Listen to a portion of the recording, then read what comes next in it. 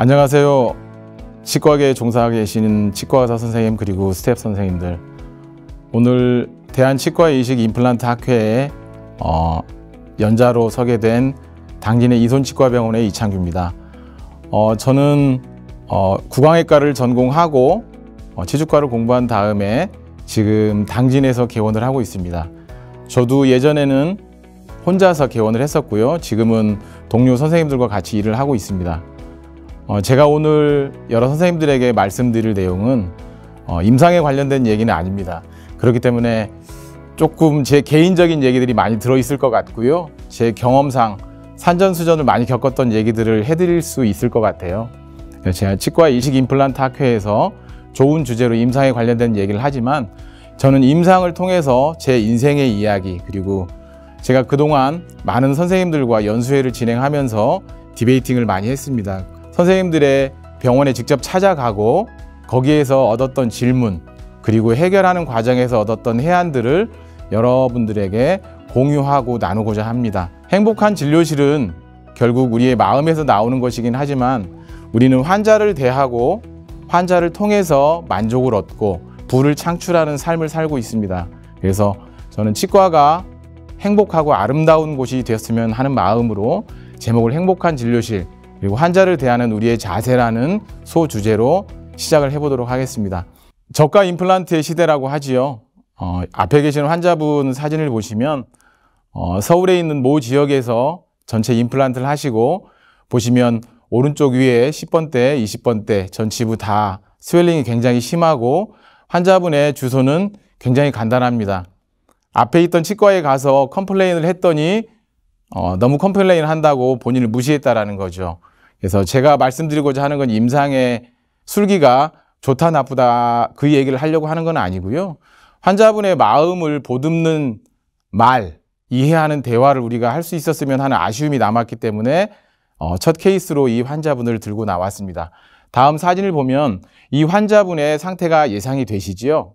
환자분의 초진 파노라마 상에서 현재 보시면 전반적으로 본 로스를 포함해서 보철에도 여러 가지 문제점들이 있을 수 있는 걸 알 수 있습니다. 하지만 저는 문제점을 논의하는 그런 단계가 아니고, 이 환자분에 있는 임상적인 결과, 그런 것도 논의하지 않겠습니다. 제가 원하는 거는 환자분과 대화를 하는 그 과정에 있어서 우리가 환자분에게 어떤 말들을 해야 될지, 그리고 환자분을 어떤 식으로 보듬어 드려야 될지, 그 과정을 말씀드리고자 합니다. 물론 전제로 달아둘 거는 저도 시행착오를 많이 하고요. 환자분들과 불협화음도 저도 경험한 적이 많이 있습니다.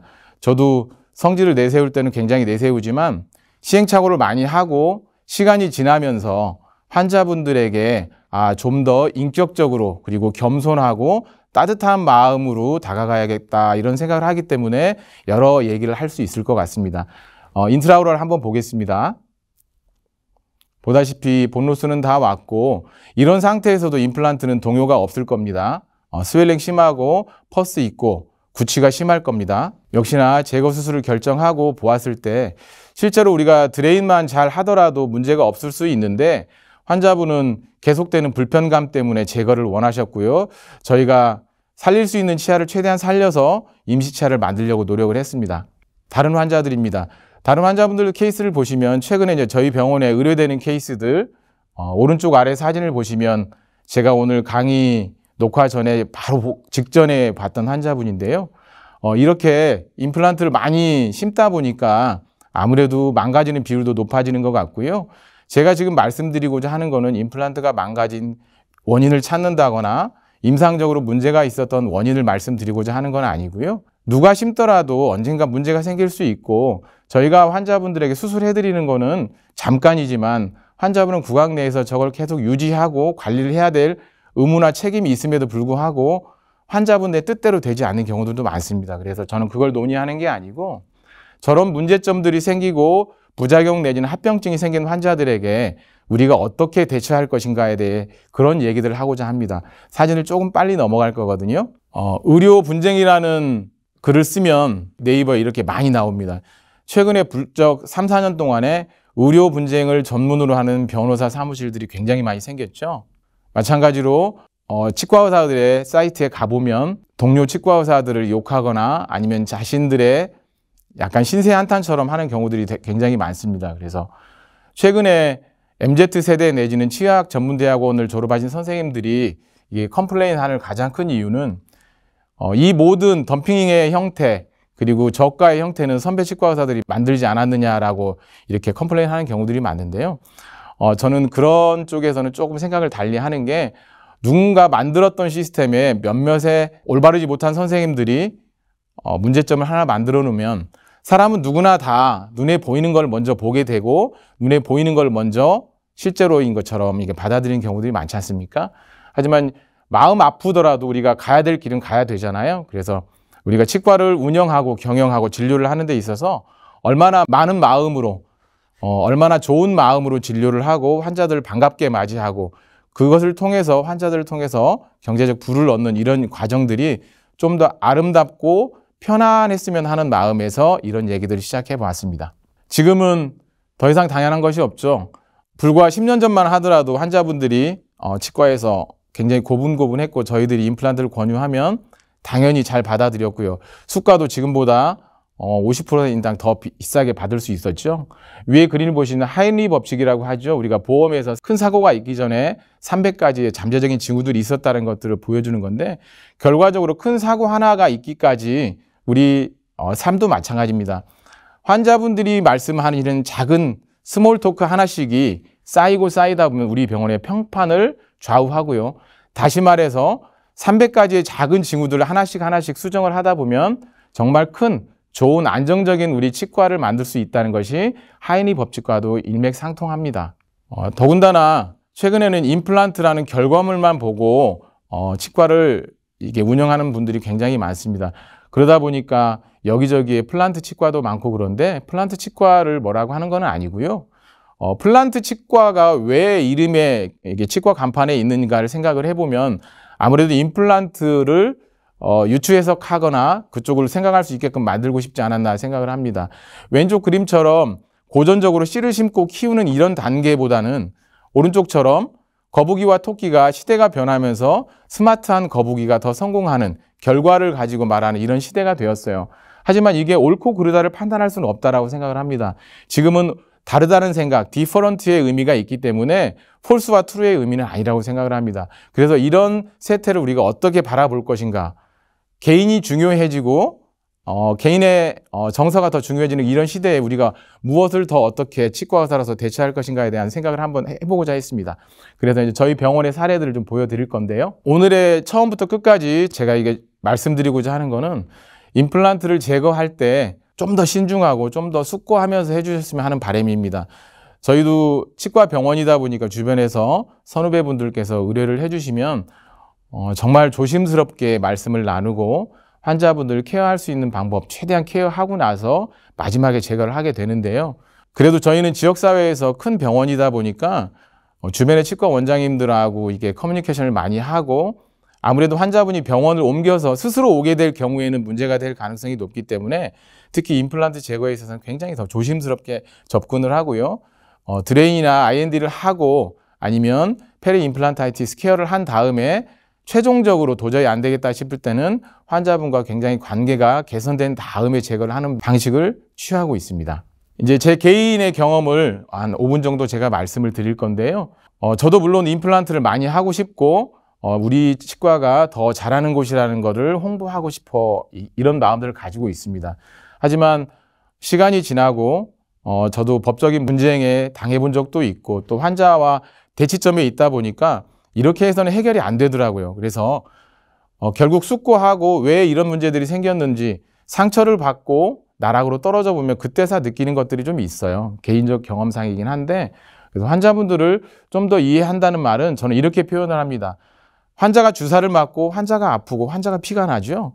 조금만 더 저희가 하는 거는 돈을 받고 환자분으로부터 위로를 받는 일들인데 우리가 좀 더 이해하는 대화를 하고 환자분을 위로해 줄 수 있다면 더 좋겠다는 생각을 합니다. 그래서 우리 치과의 얘기를 해드리는 겁니다. 저는 환자분들하고 항상 말씀을 드립니다. 저는 최고는 아니지만 제가 가진 의학적 지식 그리고 원장으로서 가진 마음을 다해서 최선을 다해서 치료해드리겠습니다는 말을 환자분들에게 직접 합니다. 제가 항상 강연이나 강의가 있거나 발표를 하게 되는 자리에는 이 사진을 항상 제가 갈고 다닙니다. 환자분들이 감사하게도 참 많은 것을 갖다 주시고 다른 병원들은 제가 잘은 모르겠지만 환자분들이 정말 많이 갖다 주십니다. 저희 직원들에게 항상 나눠주고 제 방 앞에 갖다 놓고 사진을 찍어서 블로그에 올리고 그러는데요. 다른 어떤 것보다도 저는 환자분들과의 관계에 있어서는 참 노력한 만큼 잘하고 있구나라는 일종의 자족의 이게 마음을 가지고 있습니다. 제가 지난 19년 동안 코로나를 빼고 연수회를 해왔는데요. 오늘 해드리는 강연의 주제는 연수회를 통해서 선생님들께서 저에게 질문했던 내용들입니다. 치주 임플란트 연수회를 하다가 2010년부터는 경영 연수회를 하고 있는데요. 선생님들이 저에게 질문했던 내용들, 술을 한잔 하면서 소주 한잔 하면서 저에게 여쭸던 내용들을 조심스럽게 실명을 밝히지 않고 모아보니까 가장 큰 것이 상담에 관련된 내용이고요.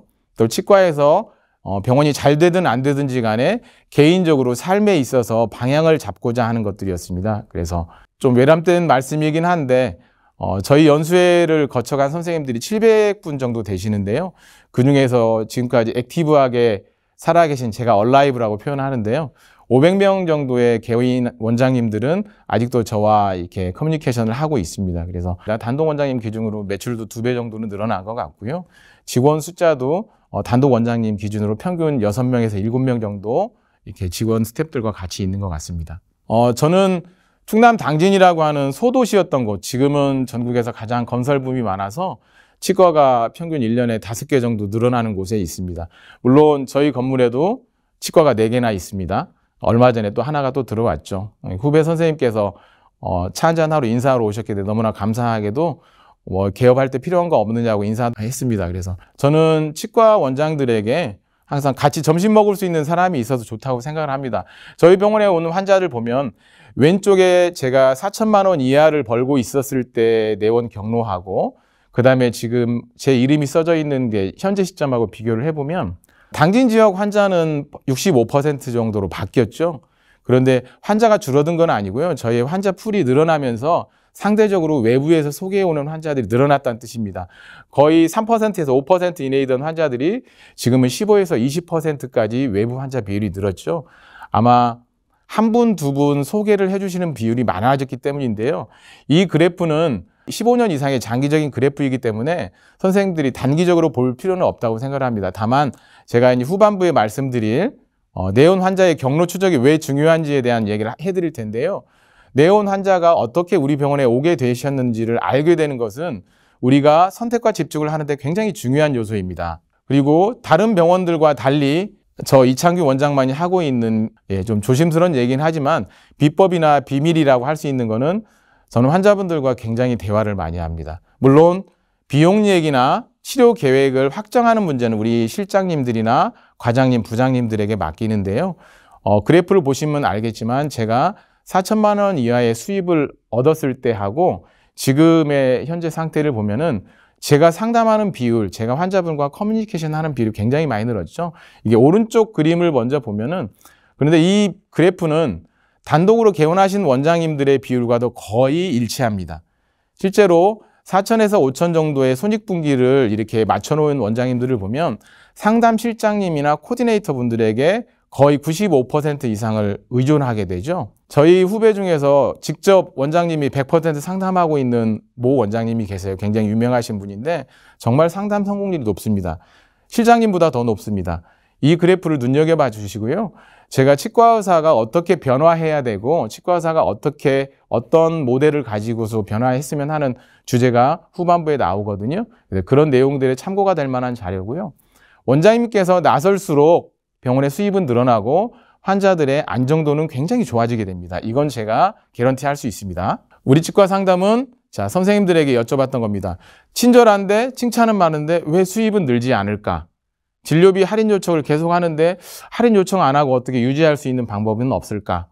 상담은 잘 되는데 실장님이 자주 바뀐다. 이런 얘기들도 있죠. 그리고 어떤 원장님들은 나보다 실장이 더 잘하니까 맡겨요. 네, 그러면 실장이 잘한다고 했을 때 환자가 컴플레인을 했을 때도 실장에게 다 맡긴단 말입니다. 원장님이 나서서 환자를 한 번만 보듬어 주면 정말 문제는 금방 해결되거든요. 그리고 가격을 낮춰야만 상담이 돼요. 그렇지 않은 경우도 많다는 걸 제가 보여드릴 거거든요. 고객들은 왜 동의하지 않을까? 고객을 우리가 잘 모르니까요. 환자분이 고객이 되어가는 과정을 우리가 중간중간에 여러 가지 에비던스를 깔아놔야 되거든요. 그리고 협상은 돈 얘기가 아니고 환자와의 심리적인 커뮤니케이션이라는 걸 꼭 기억하고 계셔야 됩니다. 그래야 우리 진료실이 행복해지고 즐거워지거든요. 잘 되는 치과의 특징을 저희가 뽑아봤습니다. 제가 19년 동안 연수회를 하면서 선생님들에게 항상 질문을 받았고 제가 허심탄회하게 대화를 하면서 나왔던 게 첫 번째는 통계입니다. 잘 되는 치과일수록 통계의 비율이 굉장히 높아지고요. 이 통계가 결국 리턴과 피드백을 통해서 병원을 발전시키는 요소가 됩니다. 제가 2013년, 저도 개원한 지 지금 만 23년이 됐는데요. 그전에는 이렇게 통계 기록이 저도 별로 없었고 주먹구구식이었는데 2013년과 2023년의 표를 보시면 왼쪽에 2배 성장했죠. 제가 2019년까지는 단독 원장이고 페이닥터 선생님들은 주기적으로 변화했었고 지금은 코로나 이후에는 이제 고정 원장님들이 계시긴 하지만 이 수입은 제 개인 수입만 통째로 뽑아본 겁니다. 그래서 직원의 숫자가 크게 변한 것도 아니고 원장의 숫자가 변한 것도 아니고 제 스킬이 갑자기 늘어난 것도 아니거든요. 그런데 2배 성장의 비결은 아까도 보여드렸던 표처럼 원장이 환자와 나누는 대화의 시간과 수입은 정비례합니다. 그걸 말씀드리고자 하는 거거든요. 저희 지난 3년간 2024년 표가 나와 있는데요. 2020년, 21년, 22년, 23년 오면서 월별 평균 추이가 별로 변함이 없죠. 이거는 환자 수가 들고 날고 하는 비율이 있음에도 불구하고 저희 병원의 시스템, 제가 조금 이따 말씀드릴 위임, 권한을 위임하는 우리 실장, 부장, 차장님들에게 이분들이 환자를 적절히 분배를 합니다. 저희는 물론 이제 시스템이 거의 갖춰졌다고 생각하고 앞으로도 조금 더 업그레이드를 하게 될 건데요. 이 표도 마찬가지로 수입이 불규칙하기 때문에 원장님들이 불안해하고 수입이 불규칙하기 때문에 미래가 불안한 경우들이 굉장히 많습니다. 그런데도 불구하고 이 표가 보여주는 거는 매년 지난 3년 평균을 내더라도 수입이 5% 이내에서 변하고 있다는 걸 볼 수 있을 겁니다. 환자는 분명히 10 내지 15%까지 들쭉날쭉 하거든요. 코로나 시대에도. 그럼에도 불구하고 수입을 이렇게 평균으로 맞출 수 있다는 거는 환자를 분배하는 거거든요. 그리고 이거는 내원 환자의 지역별 분표를 보면은 저희는 아직 소도시거든요. 현재는 인구 17만의 소도시지만 그전에 인구 12만 이하의 소도시였었거든요. 저희 환자가 현재 데이터베이스상 7만 5천 명이니까요. 당진 환자의 3명에 1명 정도는 저희가 진료하지 않았을까 싶지만 실제 저희가 액티브하게 문자 메시지를 보내면 4만 5천 명 정도가 현재 메시지를 가고 있거든요. 그것만 보더라도 저희가 탄탄하게 베이스를 깔아주고 있는 환자분들, 소개를 해줄 수 있는 환자분들이 굉장히 많다는 걸 느낄 수 있을 겁니다. 모 은퇴하신 원장님께서 환자분이 15,000명이면 평생 동안 치과 의사가 먹고 사는데 지장이 없다고 하셨었거든요. 그런 면에서 보면 저희는 굉장히 성공적으로 잘 되고 있는 것 같고요. 지역사회 환원 정책도 잘하고 있는 것 같습니다.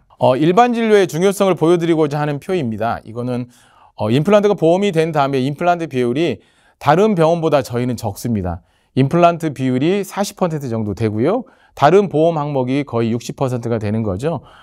임플란트가 보험 항목을 기준으로 한 거기 때문에 비급여 임플란트는 포함되어 있지 않습니다. 물론. 그렇지만 일반 진료를 소홀히 하지 말아달라는 부탁이나 아니면 제 제언이고요. 임플란트를 하시더라도 문제는 없지만 일반 진료를 하다 보면 임플란트가 나오고 또 자연치아를 치료하다 보면 임플란트가 나중에 나오기 때문에 현재 있는 치아들에 대한 치료를 좀 더 신경 써 주시길 바라는 마음에서 이 표를 올려봤습니다. 그리고 저희 병원의 내원 환자의 지역별 분포는 당진 지역이기 때문에 저 오른쪽에 보면 기타 지역인데요. 환자분들이 주소를 정확하게 쓰지 않거나 저희 직원들이 주소를 정확하게 쓰지 않으면 불분명하지만 변화된 추이를 보면 10년 동안에 지역별 편중이 바뀐 것을 알 수 있습니다. 그 이유는 환자들이 살고 있는 지역 분포도가 신도시가 생기는 위주로 해서 바뀌었습니다. 당진이라는 도시가 10년 동안에 개발이 되면서 지역의 규모가 완전히 바뀌었거든요. 그렇기 때문에 현재 표는 앞으로 3년에서 5년 정도 2027, 8년에 다시 한번 통계를 뽑아봐야 될 정도로 지역의 이게 심화 현상이 바뀌고 있어요. 이 얘기는 신도시 위주의 치과가 생기면서 그쪽으로 편향되는 환자들이 분명히 나가는 환자들이 있을 겁니다. 그리고 소아치과 환자들의 경우는 저희 환자들이 노인 환자 위주로 될 수밖에 없었던 이유가 50대, 60대 환자 쪽의 비율이 늘어나고 젊으신 분, 소아청소년 환자들이 줄어드는 계열은 아무래도 신도시 계열에 있는 치과들에서 흡수하지 않았나 생각을 하고 있습니다. 자, 이제부터 본격적으로 너무 서두가 길었죠? 사실 본격적으로 제가 말씀드릴 행복한 치과를 위한 내용은 어려운 얘기는 아닙니다. 원장님의 변화나 치과의 소소한 변화들을 위해서 결국 행복한 치과와 행복한 우리 인생을 위해서 말씀드린 내용이거든요. 그래서 치과 원장님들에게 그리고 우리 위생사 스텝 선생님들에게 조무사 선생님들에게 꼭 말씀드리게 어느 정도 해부학적인 건 꼭 알자. 특히 원장님들께서는 노말 아나토미에 대해서는 꼭 많이 알고 계셨으면 좋겠습니다. 저희도 동료 원장님들이 계시지만 우리가 치료의 가장 큰 마지막 목표는 노말 아나토미에 맞는 노말 피지올로지, 패솔로지가 없는 그런 쪽을 맞추는 것이잖아요. 그러다면 노말 아나토미에 맞게끔 해주는 것이 중요하다고 생각을 하거든요. 그래서 해부학을 저는 굉장히 중요시하고 우리가 알고 있는 일반적인 생리학적인 것도 그렇게 했으면 좋겠습니다. 그리고 통증 조절, 어떻게든 나쁘지 않게 하는 치과가 환자분들에게 먹히잖아요. 통증 조절, 특히 이제 약물을 쓰는 노력을 좀 더 기울이시면 좋겠고요. 라벨링이나 교육, 교재 이런 것들은 치과에 모든 사람이 기억하고 텍스트에만 있을 수는 없습니다. 곳곳에다 라벨링을 붙이시고 환자분들도 이런 것까지 해놨구나라고 느낄 정도로 만들어 주셨으면 좋겠습니다. 교육 교재는 당연히 지속적인 스태프들의 성장을 위해서 필요한 일이고요. 위생사들에게 내가 가지고 있는 권한을 의료법의 범위를 벗어나지 않는 선에서는 저는 최대한 맡기고자 합니다. 그리고 리더십과 소통, 겸손 공부는 원장님께서 반드시 하셔야 될 오늘의 주제이기도 합니다. 노말 아나토미는 저도 항상 책상에 붙여놓고 보는 그림, 두 가지의 그림인데요. 정말 우리가 엔도 공부를 많이 하더라도 도저히 알 수 없는 경우들이 많습니다. 왜 이렇게 안 낫지? 왜 이렇게 안 낫지? CT를 찍어봐도 안 보일 경우도 많지 않습니까? 노말 아나토미의 베리션이라는 걸 항상 염두에 두고 엔도를 하거나 치료를 한다면 정말 많은 도움이 될 거라고 생각을 하고요. 그 다음에 근관의 해부학을 보면 이렇게 색채 염색을 한 광학 현미경 같은 걸로 보게 되면 정말 우리가 생각지도 못한 근관의 형태들이 많지 않습니까? 우리가 패스웨이 오브 더 펄프의 책을 보면 우리가 알고 있는 근관의 패스웨이는 실제로는 60% 이내밖에 안 되고 나머지 40%의 베리션이 있다고 합니다. 그만큼 이럴 수도 있고 저럴 수도 있다는, 하지만 우리가 기본적인 근관의 해부학 정도는 잘 알고 있으면 환자가 아팠을 때 이런 것들에 대해서 설명할 수 있는 좋은 경험이 될 거라고 생각을 합니다. 노말 아나토미 또한 저도 외과를 공부를 하면서 현재도 많이 외과적인 치료를 많이 하지만 얼굴에 경조직이 아닌 연조직에 대한 공부를 참 많이 합니다. 연조직이 아파서 오는 환자분들도 생각보다 많고요. 우리 경조직의 문제는 우리가 쉽게 알고 있지만 경조직을 통해서 연조직으로 빠져나간 병소에 대해서는 더 공부를 좀 많이 하면 좋겠다는 생각을 해서 그림을 넣어봤습니다. 파노라마에 있는 랜드마크들은 우리가 당연히 알고 있어서 파노라마의 노말 아나토미가 변화된 것, 특히 상악동, 하악관, 특히 상악동에 있는 병소들이 몇 가지 라인들, 이게 이런 버티컬 라인, 호라이젠탈 라인들이 변했으면은 상악동에 있는 병소들이기 때문에요. 이런 것들을 잘 맞췄을 때 우리가 알 수 있는 병소들, 그리고 잡아낼 수 있는 병소들이 있어서 대학병원에 의뢰하거나 환자에게 설명할 수 있는 근거가 된다고 생각을 합니다. 저희 병원의 라벨입니다. 이게 엘리베이터 앞에 들어오면 왼쪽처럼 저희 병원이 한 층을 통째로 쓰고 있는데 공용 건물이라서 엘리베이터를 저희가 개인으로 쓰지는 못하기 때문에 엘리베이터 나와서 왼쪽과 오른쪽을 이렇게 구분해서 하고요. 환자가 들어오시면 복도에 저희 직원들의 노고가 너무 많기 때문에 복도에 진료실이 나눠진 곳을 이렇게 표시를 해서, 물론 환자분들이 많이 안 보더라고요. 막상 해보니까요. 그런데 그래도 환자분들에게 도움이 되고 직원들이 안내하는 동선을 많이 줄일 수 있었던 것 같습니다. 그리고 무엇보다도 멸균과 소독에 관련된 거는 환자분들에게 홍보 차원에서도 라벨링을 하고 있고요. 제 등신대를 만들어서 환자분들의 건의사항이나 감사의 말들을 이렇게 전시처럼 해놓고, 저희 병원은 키오스크를 쓰면서 재진 환자들, 구환들은 본인들의 핸드폰 번호를 입력하면 접수가 바로 되도록 돼 있기 때문에 이런 것도 한번 생각해 보시면 참 좋은 것 같습니다. 크게 비용이 들지도 않고요. 데스크 직원의 노력을 굉장히 많이 줄일 수 있을 것 같습니다. 저희 병원에서 쓰고 있는 조그만 스몰 토크들인데요. 환자분의 진료 부위에 조그만 라벨지를 붙여두고 표시를 해두면 제가 차트를 보지 않고 갈 때도 있는데 저걸 라벨을 보면서 제가 마취나 치료를 준비하게 되고요. 그 다음에 수술방에 저희 직원들이 만들어 놓은 OP 체크리스트인데요. 이거 하나만 보면 제가 차트 보지 않더라도 이게 A4 용지를 출력해서 코팅해서 직원들이 이렇게 만들어 놓은 겁니다. 그래서 제가 오늘 뭐뭐 하구나 라고 금방 알 수 있게끔 만들어 주고 있어서 여러분들도 도움이 되면 좋겠다고 생각을 하고요. 그다음에 제일 중요하게 원장님들에게 강조하고 싶은 거, 스텝 선생님들이 도와주실 부분들은 차트를 소설 쓰듯이 굉장히 자세하게 좀 하셨으면 좋겠다라는 생각을 합니다. 그래서 저희도 환자분에게 초진의 그림, 현증에 대한 그림을 참 많이 그리게 하는데요. 저거는 제가 그린 거고요. 우리 위생사 선생님이나 주무사 선생님들이 옆에 어시스트 하게 되면 바로 옆에서 환자하고 상담을 할 때 기록을 하고 제가 더블 체크를 하는 경우들이 많습니다. 마찬가지로 상담 차트에도 반드시 한글로 여러분께서 명기를 하길 원하고요. 제가 환자분과 분쟁을 한번 겪어보니까 저 숫자는 환자분들은 모릅니다. 그래서 반드시 오른쪽 위 첫 번째 큰 어금니, 왼쪽 어금니, 작은 어금니 이런 식으로 한글로 표시를 해주고요. 거기에 상담한 직원의 사인과 환자분의 사인들을 해서 그림을 그려주시면 만에 하나 분쟁이 있었을 때 또는 분쟁이 없더라도 환자분들이 컴플레인을 했을 때 굉장히 많은 도움이 되고 환자분들이 이렇게 한글로 써놓은 것들은 출력을 해드리거든요. 그럼 환자분들이나 보호자분들이 굉장히 납득도 쉽게 하고 신뢰감도 얻을 수 있는 것 같습니다. 저희 병원의 발치 및 치과 동의서는 공정거래위원회에 있었던 걸 저희가 좀 변형을 했고요. 오른쪽에 있는 그림은 환자분 데스크타운에서 데스크라든지 아니면 환자분들이 대기하고 있는 유니체어 차원에서 그림들을 계속 그려놓고 띄워놓고 있습니다. 제가 다른 병원은 이게 가보진 않았는데 당진 지도입니다.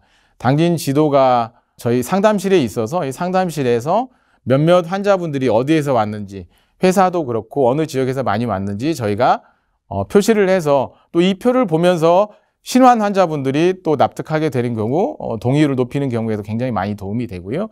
그 동네에 있는 커뮤니티를 저희가 만들어 드리거든요. 그래서 이손치과병원에 모임을 만들기도 하는데 지도를 가지고 하는 게 도움이 많이 되는 것 같습니다. 직원들을 위한 교육 교재는 저희가 웹에 있어서 실장님들하고 과장님, 차장님들이 좀씩 변형을 시켜서 저희 병원 매뉴얼화하고 있고요.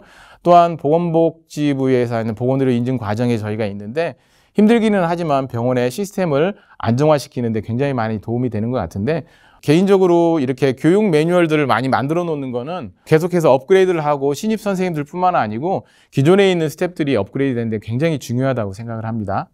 원장님들께 말씀드리는 우리가 환자가 왔을 때 기본적으로 소염진통제, 항생제, 제산제나 소화제들을 처방을 하지만 몇 가지 이제 알러지가 있거나 이럴 때 쓸 수 있는 약들을 기본적으로 원장님께서 알고 계시리라 생각을 하고요. 실제로 아까도 말씀드린 연조직에 관련된 질환들을 우리가 모르는 경우들이 상당히 많지 않습니까? 그래서 항생제 내성도 많고 그래서 기본적인 약제들을 좀 더 공부하시면 환자분들이 왔을 때 그냥 가보세요 하는 것보다 왜 이럴까에 대해서 좀 더 상의를 하고 대화를 하다 보면은 답들을 많이 찾아줄 수 있을 것 같습니다. 저희 병원은 검사 장비를 좀 갖추고 있는데요. 저도 이 장비들을 갖춘 지 불과 3, 4년밖에 안 됐고요. 오른쪽에 있는 그림처럼 환자분이 잇몸이 붓고 치석이 많고 이 상태에서 오셨는데 기본적으로 당화혈색소, 당이 있는지를 몰랐던 환자분인데 당화혈색소 검사를 통해서 당을 했죠. 6.8이면 170에서 180 정도 나올 겁니다. 다 그러면 이분은 식사를 하게 되면 200 정도까지 나오실 거거든요. 그리고 밑에 심전도 검사를 통해서 요새는 자동 판독이 되니까 가격도 비싸지 않고 그래서 원장님 병원에 그래도 바이탈에 관련된 거, 환자의 전신질환 관련된 것들이 있겠지만 당화혈색소나 이게 심전도 같은 거는 하나 구비하는 것도 굉장히 좋을 것 같고 환자분이 본인도 몰랐던 당뇨를 이렇게 알게 되면서 좀 충격도 받으시긴 하는데요. 당뇨가 치주질환에서 트리거 포인트가 된다는 것도 여러분들 알고 계시니까 환자분들이 당뇨 관리도 하면서 치주 관리도 할 수 있는 또 근거가 된다고 생각을 합니다. 강의 후반부에 들어가는데요. 각각 스텝도 마찬가지고 치과의사인 저도 혼자서 일을 해서 노력을 해서 결과를 얻으면 그게 큰 차이가 없지만 서로 시너지가 있는 것을 이게 제곱근으로 만들어 봤거든요. 그러면 결국 성공의 포인트는 항상 우리가 생각지도 않은 이 EAB에서 나오듯이 항상 협업이라는 것, 커뮤니케이션을 굉장히 중요시 합니다. 이 소통이라는 건 저희 스태프들하고도 마찬가지지만 환자분들이 쓰는 용어와 우리가 쓰는 용어가 다르거든요. 그렇다고 해서 뭐 환자한테 나사 박는다라고 하라는 얘기는 절대 아니고요. 임플란트를 얘기를 하지만 환자분들에게 이 임플란트가 치아에 가서 어떤 작용을 하는지에 대해서 우리가 자세히 설명을 할 수 있고요. 또한 오른쪽에 있는 임금님 마케팅은 저는 우리 직원에게도 그렇고 환자에게도 그렇습니다. 아까 초반에 말씀드렸듯이 환자가 주사 맞고 환자가 아프고 환자가 입 벌리고 있잖아요. 그러면 저는 입에 달고 사는 얘기가 정말 그렇습니다. 아, 정말 고생하셨어요. 힘든 일인데 정말 잘하셨어요. 아이고, 오늘 되게 힘드셨는데 잘 참으셨네요. 아이고, 힘든데 이렇게 하셔서 고맙습니다. 아이고, 고생하셨어요. 이 얘기를 원장이 스몰 토크로 해주는 것과 이렇게 습관적으로 나오긴 하지만 정이 없어 보이는 것처럼 하는 건 굉장히 많이 다르거든요. 그래서 즉시 반드시 될 때까지는 미쓰비시의 회장님이 만든 말인데 제가 저희 직원들과 항상 차용하고 있어서 좀 힘들게 좀 하고 있습니다. 그리고 저는 제 개인적인 목표는 항상 직원으로서 뿐만 아니고 직원들이 경제적으로 독립할 수 있을 만큼의 경제적 조건을 만들어주는 걸 제 개인적인 목표로 하고 있거든요. 이런 얘기들을 직원들과 자주 얘기를 하고요. 또 회식이 저희가 자주 많지는 않은데 스몰 토크를 통해서 많이 얘기를 하려고 노력을 하고 있습니다. 자, 행복한 인생을 위한 후반부 얘기는요. 좀 딱딱할 수 있는데 제가 참고로 했던 5가지의 슬라이드는 간단하게 넘어갈 텐데 이 유튜브를 보시는 원장님들께서 그리고 스텝 선생님들께서 꼭 공부해 보셨으면 하는 인생입니다. 제가 강의 직전에 여기 준비하시는 과장님하고 얘기를 했는데 저도 왈가닥 원장이고 굉장히 셌던 원장인데 환자하고 분쟁을 겪고 나서 굉장히 많이 바뀌었어요. 물론 지금도 마음속으로는 굉장히 억울하고 제가 종이 차트를 쓰던 시절에 차칭을 제대로 못한 제 귀착 사유였습니다. 그럼에도 불구하고 법관들에게 재판장들에게 하소연을 해봐야 종이 차트에 남아있지 않은 근거는 환자분들이 우격다짐으로 달라들면 안 돼요. 저희가 이길 수가 없어요. 그래서 차팅을 철저하게 하라는 거, 그림을 그리고 하늘로 하라는 거를 제가 꼭 얘기하고 있거든요. 그런 일이 물론 여러 선생님들에게 없어야겠지만 저에게 있어 보니까 굉장히 힘든 일이었더라고요. 그래서 리더십이라든지 소통, 겸손, 공부는 조그만 기업체 치과를 운영하는 우리 원장님들께서 꼭 가졌으면 하는 거고요. 여기 있는 사람들은 원장님들께서 인생을 좀 공부하시고 처세라든지 마음챙김 그리고 이제 명상이라든지 내려놓기를 공부하신 분들은 이분들을 많이 알 텐데요. 특히 그 중에서도 조셉 머피 박사님이 지금은 이게 돌아가셨는데 이런 굉장히 많은 책들을 썼죠. 물론 다른 사람들의 책도 있는데 이분이 목사였던 거를 저는 얼마 전에 알았습니다. 그래서 오른쪽에 아래에 있는 조셉 머피의 영적 성장의 비밀을 얼마 전에 샀는데요. 이분이 가지고 있던 잠재의식이나 마인드 트레이닝, 명상에 관련된 책을 읽고 나서 굉장히 많은 감동을 받고 이걸 제가 제 삶에 적용을 하고 환자분들에게도 적용을 했더니 다행히 좋은 결과가 나왔고요.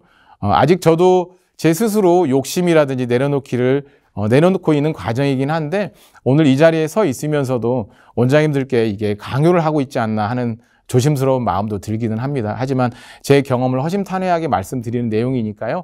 좋게 받아들여 주시고 우리 연수의 원장님들이 하셨던 말씀에 기반해서 이렇게 바꾸면 좋겠다라고 굉장히 많은 원장님들과 대화를 하고 또 치과의사 출신의 많은 CEO분들 물론 오스템에 있는 데놀에 있는 회장님과도 개인적인 친분이 있기는 하지만요. 이분들에게 대기업을 이끌면서 가졌던 어려움들에 대해서 대화를 많이 하거든요. 물론 M사라든지 이게 D사라든지 이런 회장님들하고도 사장님들하고 대화를 많이 나눠보고 그렇습니다. 자, 이제 환자를 대하는 자세에 관련된 얘기입니다. 제 진료실 환경을 어떻게 꾸밀지 그리고 제가 직원을 어떻게 대할지 이 환자일까 고객일까 우리가 변할 수밖에 없죠. 환자와 고객은 정말 많이 다르거든요. 용어의 차이뿐만 아니고 그리고 치과가 잘 되어야 내 삶이 더 아름답고 행복하거든요. 우리는 치과 의사잖아요. 그리고 진료를 더 잘하기 위해서 그리고 물론 퍼펙트라는 건 누가 판단할 수는 없겠지만 원장님들께서 아름답고 행복한 진료를 위해서 뭘 준비하고 어떻게 환자를 대할지에 대해서 조금이나마 좀 짚어보고자 했습니다. 저도 아빠는 처음이고요. 이혁의 노래가 있죠. 삶이란 시련과 같은 말이야. 그래서 오늘 하루하루는 문제점이 없을 수는 없고 항상 해결하는 과정에 있다라고 생각을 합니다. 그리고 결론은 받아들이고 희망을 가져갔으면 하는 겁니다. 그리고 생각을 많이 해우십사 하는 말씀이고요. 저는 현재와 미래를 항상 같이 살려고 합니다. 앞에 책들을 읽어보시면 물론 처세에 관련된 책이긴 하지만 현재는 항상 특히 잠들기 전에 여러 선생님들에게 오늘 하루를 잘 정리하고 내일을 위해서 마음속에서 꿈에서 나타났으면 하는 일들을 합니다. 오른쪽 그림처럼 처음에는 뭔가를 하고 가자 하지만 어긋나는 일들이 많잖아요. 결국은 해냈다 아주 작은 것들을 해냈다라는 그 전제를 가지고 밤에 잠자리에 들기를 권유하고 싶습니다. 건강에 관련된 얘기인데요. 마인드의 건강과 마음속의 건강과 실제적으로 이게 심리적인 건강을 둘 다 중요시하게 하는데, 빨간 글씨 나는 이미 건강하다라고 생각하는 거하고 나는 건강하게 될 것이다, 건강하고 싶다 하는 건 정말 다릅니다. 부자가 되고 싶다는 현재는 부자가 아니라는 마음속에 남아 있잖아요. 그런데 나는 현재 부자로서 충분히 하고 조금 더 다른 방식으로 또 부자가 되겠다는 생각을 해보시면 이 마인드 트레이닝이나 마인드십을 하고 있는 정말 많은 부자가 된 대가들이 하나같이 하는 말들이 정말 가난했던 사람들이 대부분 많거든요. 저도 가난했었고 지금은 부자인지 아닌지는 생각은 하고 있지 않습니다. 저는 아마 그 단계는 이미 넘어간고요.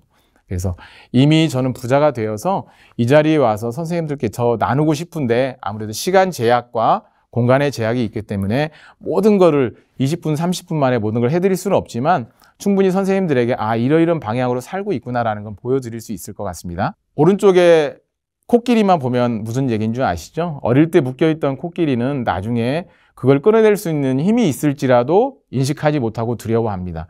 그래서 이 두려움을 없애는 것은 행동입니다. 액션을 하게 되면 됩니다. 생각하고 있는 걸 내일 당장 작은 걸 해보시면 충분히 가능하리라고 생각을 합니다.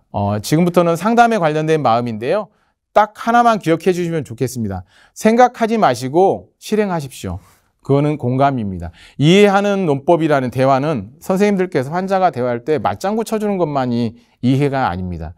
환자분들의 마음속을 읽어내려고 노력을 하셔야 됩니다. 그거는 환자분의 마음속으로 들어가셔야 됩니다. 우리가 진료실이 행복해지기 위해서는 물론 경제적인 돈을 많이 버는 일도 있지만 돈 얘기를 하고자 하는 건 아니고요. 이 환자분이 단편적으로 이 환자분을 동의율을 높인다 그래서 환자가 늘지는 않거든요. 이 환자분이 우리 환자를 소개시켜 줄 수 있는 구전 마케팅을 하는 영업사원이 되게끔 만들어 주셔야 돼요. 그러려면은 원장님이 나서셔야 됩니다. 실장님이 다 하실 수 있는 일은 아닙니다. 결국은 처음부터 끝까지 공감이라고 하는 겁니다. 이 공감에 대해서 깊이 들어가면 더 할 말이 많지만 원장님께서, 실장님께서 우리 공감이라는 대화를 하시게 되면 상담 성공률이 어느 날 갑자기 확 이게 늘어나는 걸 알 수 있게 됩니다. 환자의 감정에 호소하시고요. 그래서 제가 항상 말씀드립니다. 저도 이게 어렵고 힘든 시절을 겪어봤지만 저도 지금은 운동도 굉장히 많이 하고 혈압도 높았던 시절이 있었어요. 인간관계에 있어서는 항상 천천히 선택하시고요. 행복을 너무 높은 곳에 하지 마시고 척도를 지금 오늘 이 자리에 낮추시게 되면 굉장히 좋습니다. 그리고 변화하는 것입니다.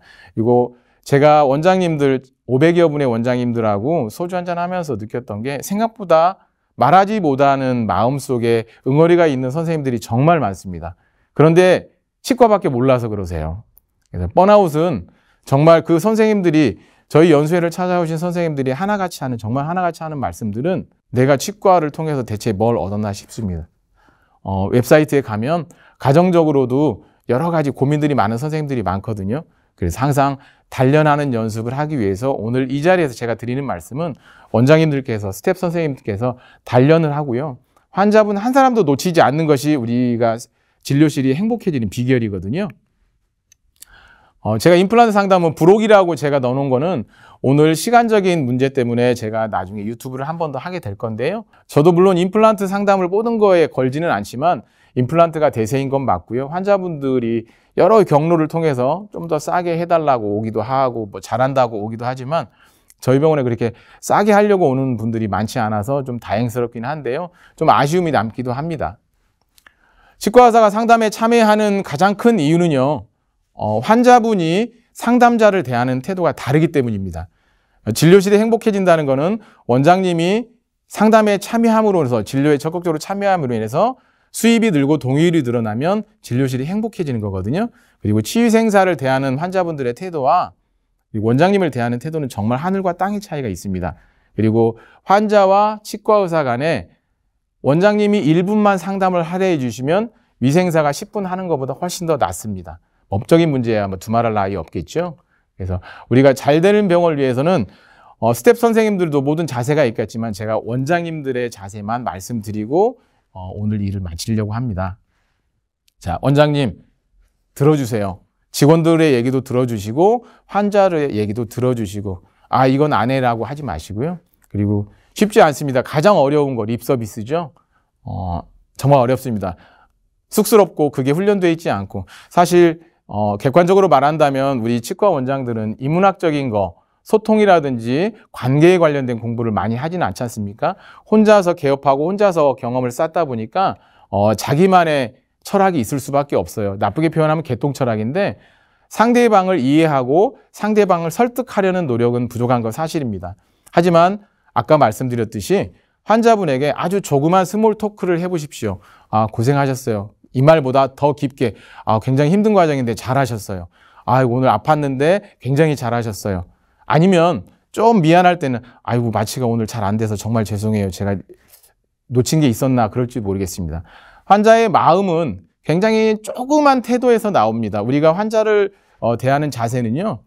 환자분을 감사해 하면 됩니다. 아까 말씀드렸잖아요. 환자가 주사 맞고 환자가 아픕니다. 얼마나 아팠을지 한 번만 위로해 주시게 되면 환자는 눈 녹듯이 화가 풀리고요.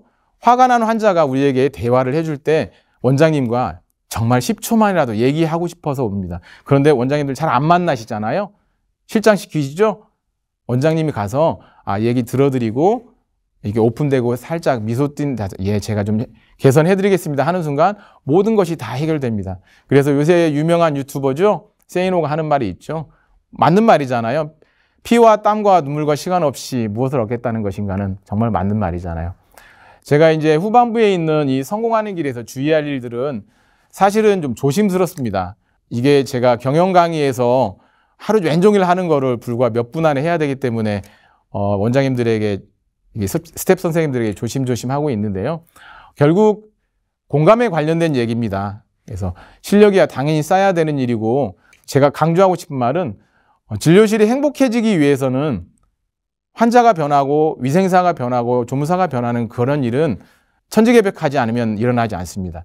제가 장담하건대 원장님이 변하는 게 가장 빠릅니다. 원장님이 조금만 변하면 상대에게 10번 변화라고 하는 것보다 훨씬 빠르고 더 좋아집니다. 그리고 업그레이드 되는 비결이 엄청 쉽습니다. 치과 의사로서 행복해지는 거는요. 어느 정도 경제적인 부를 이뤄서가 아니고 경제적으로 부를 이루지 않은 지금 당장 누군가를 노블리스 올리주로 도와주는 역할도 해보십시오. 생각보다 기쁨이 넘쳐나고요. 내가 돈만 버는 치과 의사가 아니고 물론 그건 아닙니다만 사회적으로 보고 있는 치과 의사의 삶을 정말 아름답게 느낄 수 있을 겁니다. 그래서 결국은 내 모든 진료실에 있는 시간들이 소중해지고 결국은 이 모든 것에 감사하게 되는 날들이 매일이 됩니다. 지금 이 순간들이 다 이게 감사하게 됩니다. 자, 여러분께서 원장님들께서 자신을 소중히 여길 줄 안다는 거는 에머슨의 얘기인데요. 결국 개인주의를 말하는 건 아닌 건 아시죠? 그래서 자기 자신의 삶을 소중하게 가꾸는 것들은 결국 환자에게 감사하고 우리 직원들에게 감사할 수 있는 일들입니다. 그래서 환자분에게 직원들에게 항상 격려해주고 고맙다는 표현을 하시고 본인에게도 원장님 자신에게도 고맙다. 오늘 참 고생했네라고 스스로 또닥또닥하고 거울 한번 보면서 퇴근하시는 것도 그리 나쁘지 않은 것 같습니다. 자, 제가 원장님들에게 상담을 하라고 할 때 왜 이럴까라고 생각을 해보면 이거는 제가 지난 19년 동안 연수회를 하면서 원장님들께서 꼭 충격적으로 받아들이셔야 될 정도로 중요한 겁니다. 그리고 실장님들이 이 유튜브를 보고 계시다면 원장님이 필요할 때 꼭 한번 불러주셔야 됩니다. 실장님들이 해결할 수 없는 부분들이 분명히 있거든요. 저희 병원에서 보면은 원장, 상담실장, 코디네이터의 상담 비율이 비슷하잖아요. 물론 강도는 다릅니다. 제가 한마디 툭 던져줘야 될 때가 있고 실장님이나 과장님, 코디네이터에게 넘겨야 될 때가 있습니다. 하지만 일반적으로는 제가 치료 계획을 잡고 부장님과 얘기하세요, 실장님과 얘기하세요 이렇게 끝내기도 하지만 환자분에게 몇 분 더, 몇 초 동안 더 얘기할 때가 있거든요. 이런 거를 말합니다. 상담실에 들어가서 원장님께 상담하라고 하는 건 절대 아닙니다. 자, 그러면 단독 개원에 5천만 원 이하일 때 원장님들은 상담실장님이 상담하는 비율이 정말 높죠. 거의 80~90%가 된단 말이에요. 그런데 조금 병원이 잘 되면 상담실장과 원장님의 힘이 조금 더 늘어납니다. 코디네이터도 늘어나고요. 병원이 전반적으로는 분위기가 상담의 분위기로 잘 돌아가고 있다는 뜻이죠. 근데 1억이 일어났을 때도 큰 차이가 없습니다. 그런데 1억 이상이 되었을 때 병원이 좀 더 성장하라고 외형이 커지기 시작을 할 때 원장님이 조금만 변화하게 되면 저희 이손처럼 그렇게 될 수 있습니다. 저희 병원도 상당히 대규모 병원이 되기까지 20년이 걸렸는데요. 원장님들께서 꼭 알고 계셔야 됩니다. 그럼에도 불구하고 이 모든 것들이 서로 코어, 소통하고 커뮤니케이션에서 나와야 되거든요. 상담은 항상 격려가 필요한 겁니다. 원장님들이 환자분들을 만날 때 환자분들이 우리 치과에 올 땐 치과적인 문제를 가지고 오시거든요. 그 치과적인 문제를 우리 병원에서 풀게 만드셔야 됩니다. 물론 다른 치과하고 비교하고 환자의 개인 사정이 있을 것입니다. 하지만 이 환자가 우리 병원에서 그 문제를 해결하게끔 만들어줘야 됩니다. 그러면 원장님을 보고 왔잖아요. 실장님을 보고 온 경우도 드물게 있긴 하지만 원장님을 보고 왔기 때문에 원장님을 보고 해결할 수 있게끔 원장님이 스몰 토크를 만들어 주셔야 됩니다. 그것이 인터뷰잉입니다. 환자의 마음속을 바라볼 수 있게 하셔야 됩니다. 우리가 인터뷰는 환자를 바라보고 상담을 하는 과정이지만 인터뷰는 안을 보자는 거잖아요. 환자의 내면을 보고 환자가 바라는 욕구가 무엇인지를 볼 수 있게끔 만들어 주셔야 됩니다.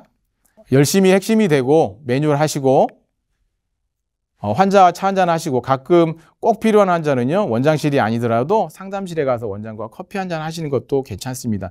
물론 시의적절하게 잘 쓰시면 참 좋습니다. 해보시면 됩니다. 해보시지 않고 머릿속으로 공상하지 마시고요. 상상을 내일 차 한잔 하시면서 직원과 차 한잔 하시면서 얘기를 나누시면 생각보다 상담도 간편해지고 병원의 상담 동의율이 굉장히 높아지는 걸 금방 느끼실 수 있습니다. 우리가 행복한 진료실을 만들 때 첫 번째가 들어주는 겁니다. 환자분의 얘기를 우리가 상담을 해서 무조건 만들지 마시고요. 경청을 하시면 됩니다. 환자분의 얘기를 들어주시고 나서 환자분의 마음속을 읽어보시고 환자분에 맞춰주시면 되고 우리가 원하는 쪽으로 이끌어내시면 됩니다. 행복한 진료실이라는 게 거창하고 아름답고 엄청 커 보이는 게 아닙니다. 원장님이 조금만 진료실을 아름답게 만들기 위해서 노력을 하시면 그리고 실장님들이 원장님들이 변화질 수 있게 조금만 톡 쳐주시면 정말로 현재보다 더 아름답고 행복한 진료실이 될 수 있을 거라고 생각을 합니다. 저도 예전에는 여러분도 그렇지만 1등 하고 싶은 욕구는 누구나 있죠. 그런데 3등, 4등, 5등 하면서도 얼마나 아름답고 행복한 삶, 안정적이고 편안한 삶, 평범하고 보통적인 삶을 사는 것이 정말 어렵다는 걸 느끼지 않습니까? 그래서 특이한 날보다 오늘 하루가 평범하게 무탈하게 사는 것이 정말 아름다운 삶일 수 있다는 것을 좀 알아주시면 좋겠습니다. 명의가 되는 순간은요. 환자분이 여러분 찾아오는 순간입니다. 제가 볼 때는 그렇습니다. 신환이 와야만 만족하지 마시고요. 환자분이 아파서 얘기하고 싶을 때 해결해 주려는 노력을 하는 원장님. 그리고 물론 진상 환자도 있을 것이고 쇼핑하는 환자도 있을 겁니다. 쇼핑한다고 해서 우리가 그 환자를 동의받지 않을 수는 없잖아요. 환자에게 여러 가지 정책상 문제가 있지만 만들어주고 맞춰줄 수 있는 그런 명의가 되셨으면 좋겠습니다. 보스와 리더는 알고 계시죠? 때리지 마시고요. 앞에서 이끌고 먼저 고생하시고 노력해 주시면 좋을 것 같습니다. 감동의 진료를 여러분이 이끌어내기 위해서 원장님들께서 정말 노력하셨으면 좋겠습니다. 글에 있는 것들은 제가 연수회를 통해서 많이 이끌어냈던 것들이거든요. 그리고 시대가 많이 변하고 있기 때문에 원장님들께서 조금만 변해 주신다면 좋겠다고 생각합니다. 이게 숙제는 아니고요. 원장님들께서 직원들과 소통 많이 하시고요. 오른쪽 위에 있죠. 직원은 원장을 위해서 일하지는 않습니다. 본인들의 삶이 있고 본인들의 가치관을 위해서 일하는데 원장을 위해서 병원을 위해서 일할 수 있는 직원들에게 항상 감사해 하시고 충분한 보상을 주시고 환자분에게도 마찬가지입니다. 우리 병원에 와준 게 그 많은 치과들을 제치고 우리 치과로 왔잖아요. 얼마나 감사해야 될 일일지. 그러면서 우리 삶은 이랬으면 좋겠습니다. 우리 삶이라는 게 처음에는 잘 보이지 않지만 조그만 생각 하나를 바꾸게 되면 액션이 바뀌겠죠. 이 액션이 바뀌면서 습관과 성격도 바뀌게 됩니다. 그러면서 내 운명이 바뀌는데 그럼에도 불구하고 우리 인생은 왔다 가는 여행이라고 합니다. 매 순간 진료실을 즐겁게 즐기려고 노력하시고요.